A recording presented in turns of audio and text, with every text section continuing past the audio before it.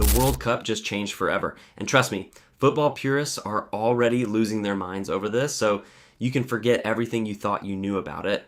For the first time in history, we are looking at a brand new round of 32, 48 teams, 12 groups, and a system that nobody fully understands yet. If you are confused, do not worry because everyone else is in the exact same boat. Your friends are only pretending they get it, and that commentator explaining it on TV is also just guessing. But by the end of this text, you will understand it completely, better than your friends and better than the commentator. In fact, you'll see the hidden trap that could completely destroy a top-tier team before the tournament even properly begins. Let us break this chaos down piece by piece, starting with a quick look at the old format. For almost 30 years, the World Cup featured 32 teams divided into 8 groups of 4, where the top 2 teams from each group cleanly advanced to the round of 16. It was simple, everyone understood it, and it worked perfectly for nearly 3 decades until FIFA looked at it, decided it was too simple, and blew the whole thing up. Because why keep something that actually works when you can complicate it and make billions more, right? Now, there are 48 teams instead of 32, which means 16 extra teams, essentially a whole extra World Cup packed inside the tournament. They are split into 12 groups of 4, and this is where the math starts getting wild. The top 2 teams from each group still automatically advance, giving us 24 teams. However, 24 is an awkward number for a bracket because you need exactly 32 teams to make a clean knockout stage, leaving us 8 teams short. How do you think they solved this math problem? Wait until you hear the bizarre loophole they came up with. This introduces the rule that changes everything. The 8 best third-place teams will also advance to the knockouts.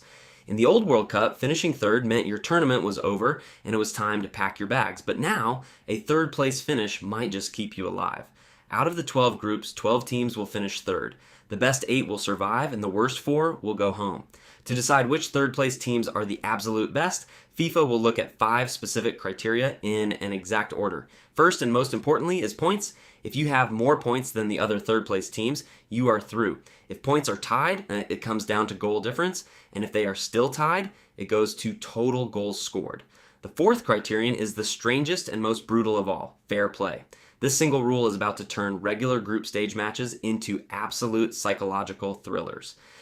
Yes, yellow and red cards can literally decide your World Cup fate, meaning fewer cards gets you through, while a single extra yellow card for a stupid foul could send an entire country home. If everything is still perfectly equal after that, the final decider is the world ranking. No more coin flips or drawing names out of a hat. This fair play rule is not just theory. Imagine 3 teams tied on points, goal difference, and goals scored, where one team goes home simply because they picked up 1 extra warning somewhere along the way.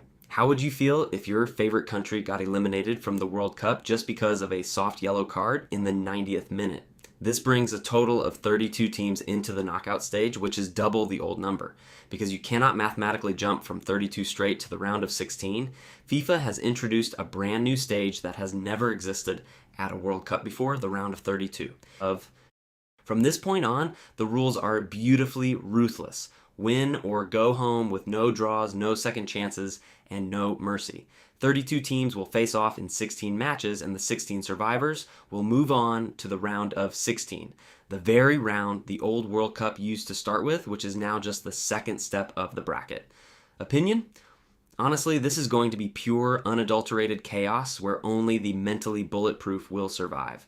Then come the quarterfinals with 8 teams left, to the semifinals with 4 teams playing in front of the whole world, and finally the grand final where the last 2 teams fight for a single trophy, completing a massive 5-round path to glory. If a knockout game ends in a tie, the teams will play 30 minutes of extra time, and if they are still tied after those exhausting 2 halves, it comes down to the cruelest test in all of sport, a penalty shootout starting with 5 kicks each and moving to sudden death if necessary. There is also a massive detail that nobody is really talking about. To win the old World Cup, a team had to play 7 matches, but to win this one, the champion must play 8 games. And that one extra match is going to completely derail some of the biggest tournament favorites. That means 3 group games followed by 5 straight knockout wins without losing a single time, making this the hardest World Cup to win in the history of the sport. Naturally, this new format has created 3 major misconceptions. First, people think that more teams means it will be easier to win, but it is actually the opposite. A bigger tournament means more games, more fatigue, and more chances to lose a long war on exhaustion. This isn't just football anymore, it's a Hunger Games style war of attrition where squad depth matters way more than tactical genius. Second, people assume finishing third is a safe net now, but it is actually a total coin toss that will still see 4 teams eliminated.